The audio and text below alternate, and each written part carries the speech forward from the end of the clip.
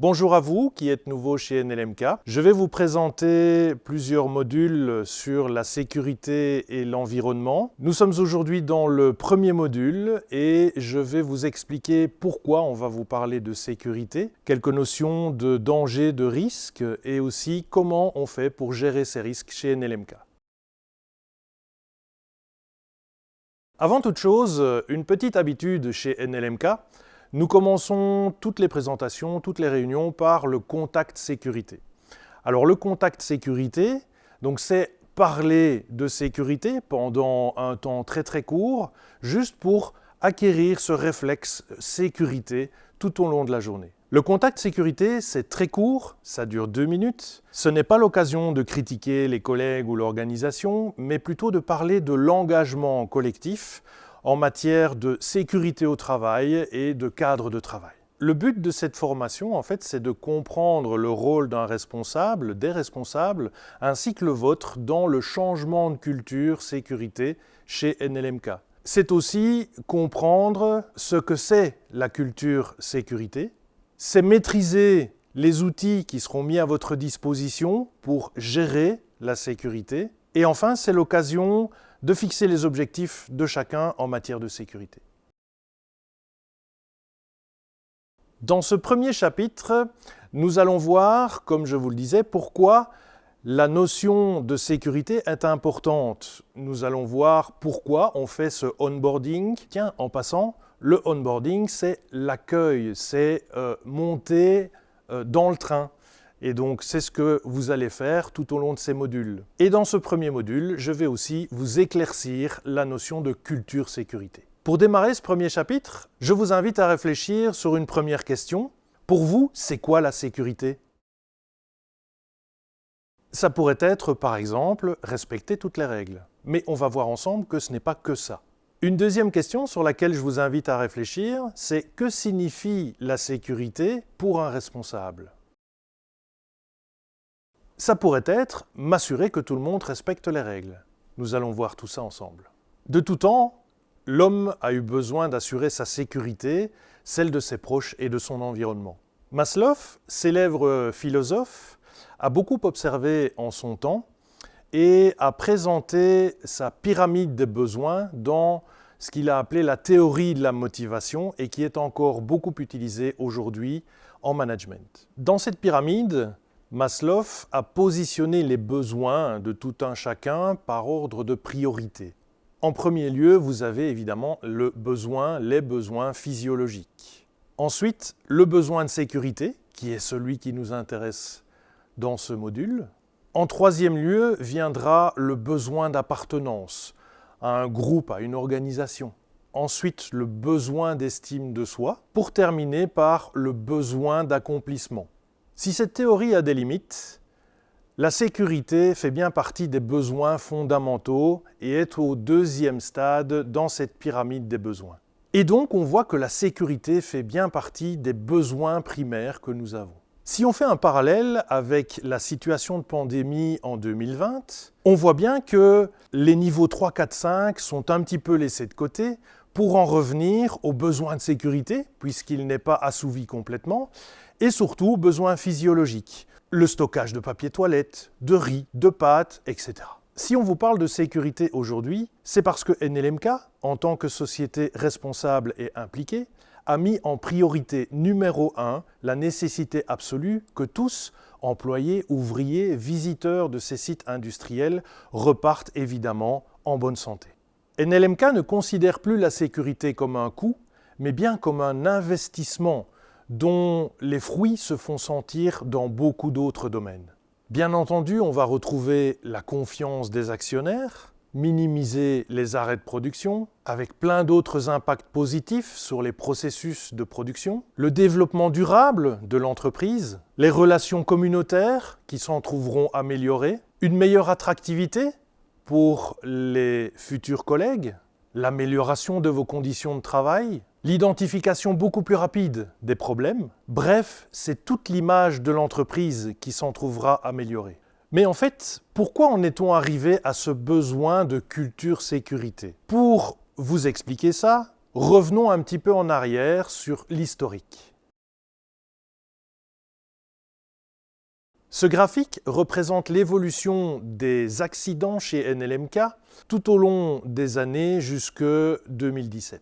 Ce qu'on peut y voir, c'est que le nombre d'accidents a bien diminué entre 1990 et 2000, pour ensuite se stabiliser à un palier malheureusement encore inacceptable. Des accidents, c'est toujours des accidents de trop. Nous ne sommes pas les seuls dans notre voyage vers le zéro accident, comme en témoigne le graphique suivant, qui vous présente l'évolution du nombre d'accidents mortels au Royaume-Uni tout au long de ces années.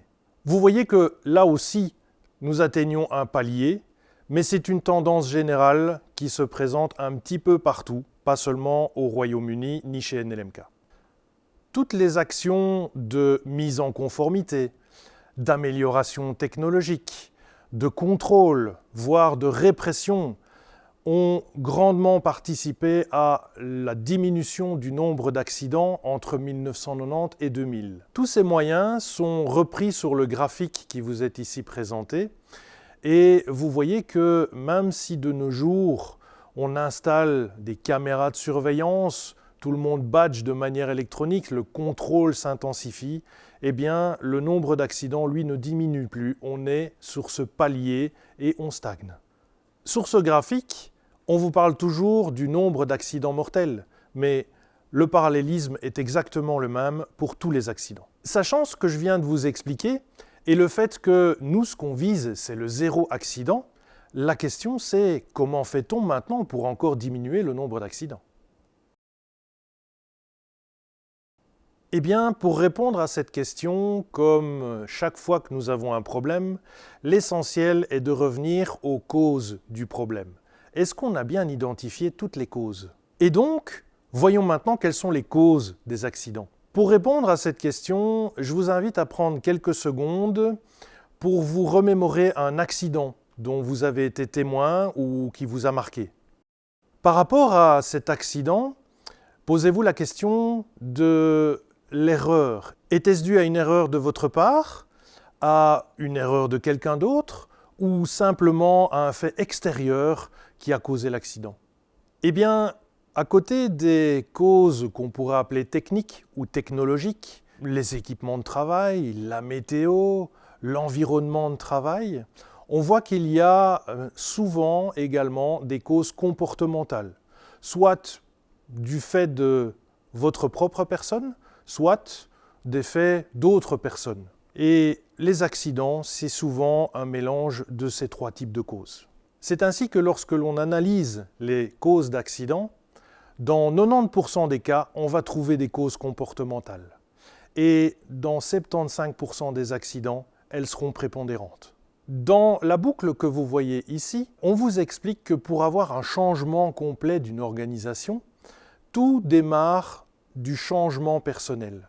Vous devez d'abord changer personnellement pour que ça marque vos collègues, pour avoir un changement collectif, et c'est ce changement collectif qui va marquer le changement culturel complet de l'organisation.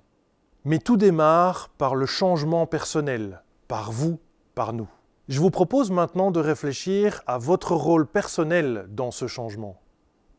Une deuxième question serait: qu'attendez-vous de NLMK pour vous soutenir dans ce changement ? Je vous invite à faire pause sur la vidéo pour y réfléchir. Si on reprend la question de votre propre rôle dans ce changement, si vous avez bien écouté ce que je vous ai dit, eh bien c'est d'abord de changer vous-même pour un comportement plus safe, pour ensuite rayonner vers vos collègues, pour que eux aussi changent à votre contact. Si on évoque maintenant le soutien de NLMK dans ce changement, eh bien NLMK doit vous enseigner les bons comportements, vous former dans un premier temps. Ensuite, ce sera à vous de jouer pour appliquer, mettre en pratique tous ces outils qu'on vous aura appris. Pour en revenir à la notion de culture sécurité, le maître à penser en la matière, c'est M. Bradley. Bradley travaillait pour le groupe DuPont, qui est un groupe canadien, relativement bien connu dans le domaine de la sécurité, et qui a fait énormément d'observations d'autres sociétés, dans le but d'appréhender ce changement de mentalité et cette notion de culture sécurité. Il a développé dans les années 1990 une statistique basée sur l'observation de toute une série de sociétés, des milliers de sociétés. Son travail permet d'appréhender le changement de comportement, le changement culturel et la notion de culture-sécurité. Dans ses observations, il a d'abord classé toutes les sociétés avec leur nombre d'accidents par ordre décroissant. Notez au passage qu'on va parler ici de LTI. LTI en anglais, qui vient de Lost Time Injury, ce sont les accidents avec arrêt de travail, notion très importante et très souvent utilisée dans le groupe NLMK. Il a ainsi tracé une courbe descendante de toutes ces sociétés en fonction de leur évolution dans le temps. Lorsque l'on regarde cette courbe avec en ordonnée le nombre d'accidents et en abscisse l'évolution dans le temps, eh bien, on voit que toutes les sociétés passent par les mêmes stades au travers du temps. On va avoir le premier stade qui est le stade réactif, stade dans lequel on a beaucoup d'accidents et on en prend conscience et on veut démarrer un changement. Dans ce stade réactif, la sécurité, c'est une question d'instinct. Chacun va agir suivant son propre ressenti. Et c'est dans ce stade qu'en général, la sécurité est déléguée à une personne en particulier. C'est dans ce stade-là qu'on va parler d'un responsable sécurité, et c'est un stade où la direction est en général peu impliquée.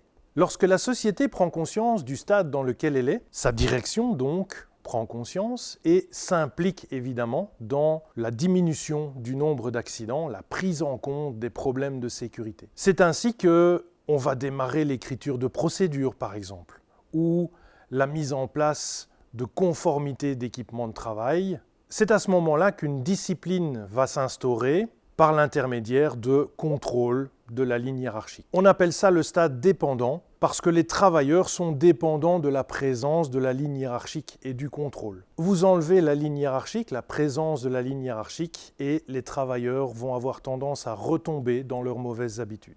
Pour à ce moment-là, continuer à diminuer le nombre d'accidents, il faut une prise de conscience des travailleurs. C'est ce qu'on va appeler le stade indépendant. Les travailleurs prennent conscience que la sécurité, c'est d'abord leur responsabilité. Ils doivent prendre soin d'eux-mêmes en respectant les procédures, les instructions et en appliquant les bonnes pratiques. Si l'on veut encore évoluer, le dernier stade est celui qu'on appelle l'interdépendant. C'est le stade dans lequel non seulement le travailleur a pris conscience de sa responsabilité en sécurité, mais également celle des autres. Il va être attentif à ses collègues, aux visiteurs qui vont l'entourer sur le lieu de travail. C'est le stade dans lequel tous les travailleurs se soucient de toutes les autres personnes sur le lieu de travail. C'est le stade dans lequel ils sont fiers de leur organisation.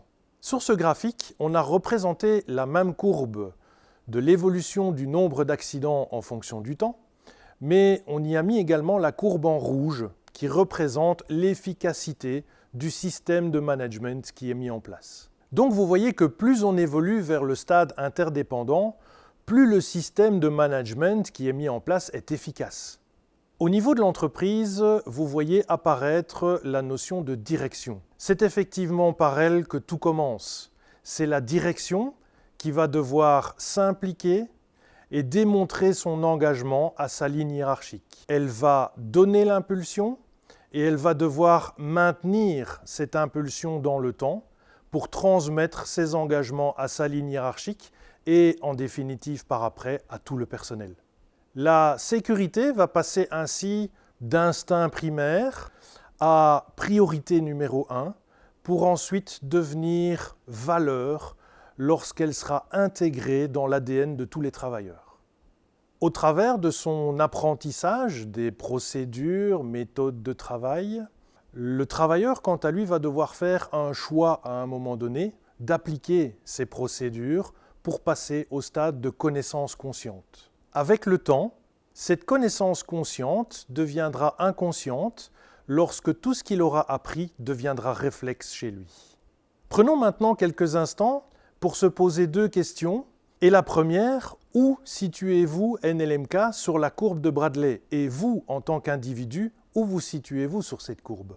Deuxième question, comment pouvez-vous changer votre comportement pour pousser NLMK vers la droite de la courbe? À la question où se situe NLMK sur la courbe, ça dépend évidemment des sites de production. Certains sites seront plutôt dans le stade 2, d'autres déjà dans le stade 3. Bien souvent, on peut dire que la plupart des sites sont dans un stade 2 bien avancé. Quant à vous, si vous êtes toujours dans le stade 1, il va falloir maintenant retrousser ses manches. Si vous êtes dans le stade 2, nous allons vous expliquer comment tirer NLMK vers le stade 4. Par rapport à la deuxième question, vous, en tant que travailleur, vous aurez à faire ce choix de bien appliquer et mettre en pratique tous les outils qu'on va vous enseigner. Ensuite, ce sera une question de temps, mais vous allez devenir un modèle pour vos collègues. En matière de culture sécurité, NLMK a bien entendu fait évoluer son système de management. Si on regarde où en est NLMK dans l'évolution de son système de management de la sécurité, cela fait longtemps qu'NLMK travaille sur les composantes techniques, en réalisant des inventaires de risques et en gérant tous les risques ainsi inventoriés. On a également défini depuis longtemps des objectifs en matière de sécurité, ainsi que les rôles et responsabilités de chacun. On a aussi lancé les audits et fait évoluer les compétences de tout notre personnel, notamment en matière de sécurité. On travaille évidemment encore beaucoup sur tous ces points pour les améliorer, mais on développe maintenant la culture, sécurité et le leadership. On travaille donc actuellement beaucoup sur l'implication et la motivation du personnel, ainsi que sur le comportement de nos responsables. Un des outils pour y arriver, ce sont les dialogues sécurité. Vous en entendrez parler dans un de nos modules. Pour résumer un petit peu tout ce qu'on vient de vous dire, on veut vous faire évoluer vers une attitude consciente de la sécurité. On a déjà défini ce qu'était le terme sécurité, ainsi que la notion d'attitude. On va maintenant se focaliser sur le mot consciente. Pour ça, on va vous parler des rôles et responsabilités de chacun dans un autre module, mais nous allons nous focaliser maintenant sur ce qu'est un danger et la notion de risque. Danger, risque, quelle est la différence entre les deux? Le danger, suivant Wikipédia, c'est une menace susceptible d'altérer l'intégrité physique d'une personne. La hauteur, le bruit, les vibrations ou encore des outils tranchants sont quelques exemples de danger. Le risque, toujours selon Wikipédia, c'est la probabilité de survenance d'un événement indésirable. Si on prend l'exemple d'un feu, le feu constitue le danger. Quel est le risque? Si votre feu est en plein milieu du désert, aucun risque de brûler qui que ce soit. Mettons maintenant ce même feu au milieu d'une cour de récréation ou d'une classe d'enfants qui jouent. Le risque qu'un enfant se brûle devient très important. Si on a bien compris les notions de danger et de risque, ce qui nous importe maintenant, c'est de pouvoir quantifier ce risque. Pour cela, posons-nous quelques questions. Tout d'abord, si je vous demandais de quantifier les deux risques suivants, celui de trébucher dans l'heure qui vient ou de trébucher une fois au moins dans toute votre vie. On sent tout de suite que le risque de trébucher dans l'heure qui vient est beaucoup moins important que celui d'au moins trébucher une fois dans toute sa vie. Au travers de ces deux questions, on a introduit la notion de fréquence d'exposition au risque. Si je vous demande maintenant de me quantifier le risque de se casser une jambe en tombant d'une chaise ou en tombant d'un toit, la blessure sera probablement plus importante si vous tombez d'un toit que de la chaise. On introduit ici la notion de gravité potentielle de l'accident qui pourrait survenir. Enfin, posons-nous la question du risque d'accident, tout d'abord dans un pays où il n'y a pas de règles, pas de signalisation, pas de contrôle technique des véhicules, et ensuite le risque d'un accident en Belgique. Vous sentez ici tout de suite que dans le premier cas, vous avez beaucoup plus de risques d'avoir un accident que dans le deuxième. Cette dernière notion est celle de probabilité de survenance d'un accident. On a donc déterminé 3 facteurs pour pouvoir quantifier le risque. Nous avons la fréquence d'exposition au risque, nous avons la gravité d'un accident éventuel, pour terminer par la probabilité de survenance de cet accident. Le produit des 3 va nous donner ce qu'on appelle le niveau de risque. Chez NLMK, nous allons travailler avec la matrice de risque qui provient de la méthode Kanban dont vous entendrez souvent parler. Cette matrice est construite avec la probabilité et la gravité d'un accident potentiel. Vous voyez ici que la fréquence n'intervient pas encore. Effectivement, une gravité très importante d'un accident éventuel pourrait être masquée par une fréquence très faible d'exposition au risque. Voici la matrice utilisée chez NLMK. Si on comprend bien les termes sur l'échelle de gravité, il faut peut-être redéfinir ce qu'est une probabilité faible, voire très élevée. On a ainsi bien défini tous les échelons de la probabilité que nous utilisons. Un accident sera dit peu probable si on a mis en place toutes les techniques de gestion du risque. A contrario, il sera dit très probable si aucune de ces techniques de gestion du risque n'a été respectée. Les couleurs dans notre matrice de risque sont très importantes. Vous voyez ainsi que les risques de gravité 5, potentiellement mortels, seront mis en noir. Les risques très élevés, dont la gravité est entre 3 et 4 et la probabilité entre 4 et 5, seront en rouge. Nous aurons aussi les risques moyens en jaune et les risques faibles en vert. NLMK s'est fixé comme objectif de supprimer les risques très graves et les risques graves que l'on considère encore comme inadmissibles. Pour y arriver, il faudra mettre beaucoup de mesures de prévention en place. Il n'est pas possible de tout révolutionner en un jour, il va falloir attaquer progressivement toutes ces mesures. Donc, pour pouvoir mettre un ordre dans toutes ces mesures de prévention, c'est ici que va intervenir la fréquence d'exposition au risque. La fréquence peut ainsi être rare, une fois par an, voire moins, périodique, une fois par mois à une fois par an, régulière, là on sera à la notion d'hebdomadaire, voire mensuelle, permanente si on est entre une fois par jour ou une fois par semaine, voire de longue durée si on est à plusieurs fois par poste. C'est ce dernier facteur, la fréquence d'exposition au risque, qui va déterminer l'ordre d'intervention dans le plan d'action. Le risque est maintenant quantifié. Il nous reste à savoir comment faire pour le rendre acceptable. Pour cela, je vais vous parler de la pyramide inversée des contrôles. La première chose à faire par rapport à un risque, c'est d'essayer de l'éliminer. Ou alors, si on n'y arrive pas, de le substituer par un autre risque moins important. Si ceci ne suffit pas à rendre le risque acceptable, on va s'attaquer à l'ingénierie de conception pour éviter les comportements intentionnels ou pas. On essayera de mettre des garde-corps, des grilles de protection pour éviter de mettre la main, ou ce genre de choses. On mettra ensuite ou parallèlement en place des mesures administratives, des procédures de travail, de la formation, du contrôle, pour terminer enfin par les équipements de protection individuels. Les EPI, comme on les appelle, sont vraiment le dernier rempart, celui qu'on va mettre en place lorsque toutes les autres mesures ne sont pas satisfaisantes. Toutes ces mesures sont des mesures de prévention, mais les trois dernières étant moins efficaces, nous allons les qualifier de mesures d'atténuation. Illustrons ceci par un exemple bien concret. Vous organisez chez vous un barbecue. Qui dit barbecue dit risque de brûlure pour celui qui est au fourneau. Et donc nous allons essayer de gérer ce risque. Première chose à faire, essayons d'éliminer le barbecue. Pourquoi ne pas le remplacer par une bonne salade végétarienne? Oui, me direz-vous, mais non, finalement. On veut quand même un bon morceau de viande. On va alors essayer de substituer le risque. On va peut-être troquer notre charbon de bois par une résistance électrique, moins dangereuse, mais qui introduit un autre risque, le risque d'électrocution ou d'électrisation. On va ensuite s'attaquer à l'engineering si ce n'est pas suffisant. On va alors construire un barbecue bien sécurisé, avec de moins en moins de possibilités de se brûler. Les mesures administratives vont venir après. On peut penser notamment à un permis de feu, comme on fait dans les entreprises, comme on fait chez NLMK. On va penser ensuite à de la formation pour celui qui est au fourneau. Et on va terminer par les équipements de protection individuelle, le dernier rempart. On va donc équiper notre travailleur de protection contre les flammes. Un autre exemple bien fréquent chez NLMK, c'est le travail en hauteur. Vous l'avez ici sous les yeux en rouge, le risque de chute est très important. Si maintenant on attaque avec cette pyramide inversée des mesures de prévention, on va tout d'abord essayer de supprimer le risque. Pourquoi ne pas essayer d'effectuer la tâche au niveau du sol, si c'est possible?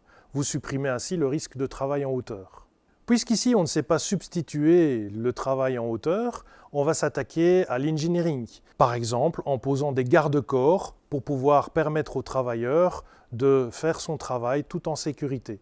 On va penser aussi aux mesures administratives comme le permis de travail en hauteur, fréquemment utilisé chez NLMK. Enfin, on va penser aux équipements de protection individuelle si tout ça ne suffit pas. On va équiper notre travailleur avec un harnais de sécurité et l'attacher à une ligne de vie. Pour terminer, je vous invite à réfléchir sur un dernier exemple que vous avez sous les yeux, où notre travailleur doit aller fermer une vanne d'air comprimé en hauteur. On sent tout de suite qu'il n'est pas très en sécurité. Qu'aurait-il fallu faire pour gérer correctement ce risque? Tout d'abord, si on reprend notre pyramide inversée de gestion des risques, on peut penser à éliminer le risque. Pourquoi ne pas ramener cette vanne d'air comprimé au niveau du sol? Oui, me direz-vous, mais ça risque de prendre un certain temps pour pouvoir faire cet aménagement. Donc, nous allons penser à substituer le risque.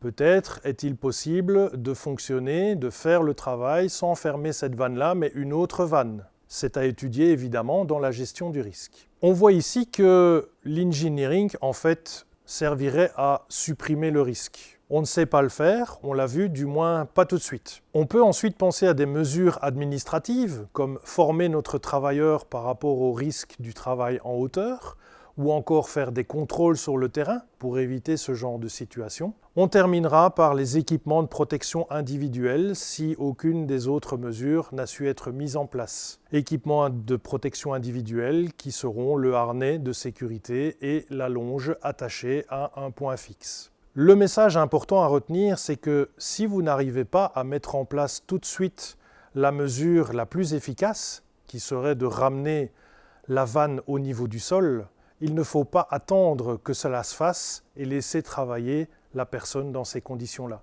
Il faut agir tout de suite. Deux messages très importants à retenir de ce premier module. Le premier, vous l'avez compris, c'est vous qui êtes le responsable de votre sécurité. Le deuxième message concerne les accidents, les incidents, qui sont donc les accidents mais uniquement avec dégâts matériels, ou encore les presque accidents, qui sont les événements qui auraient pu mener à un accident ou un incident, mais qui se sont arrêtés juste à temps. Quel que soit l'événement dont vous avez été témoin ou dont vous avez eu connaissance, surtout remontez l'information à votre hiérarchie pour qu'il puisse être analysé et pour qu'on puisse prendre les mesures pour les éviter à l'avenir.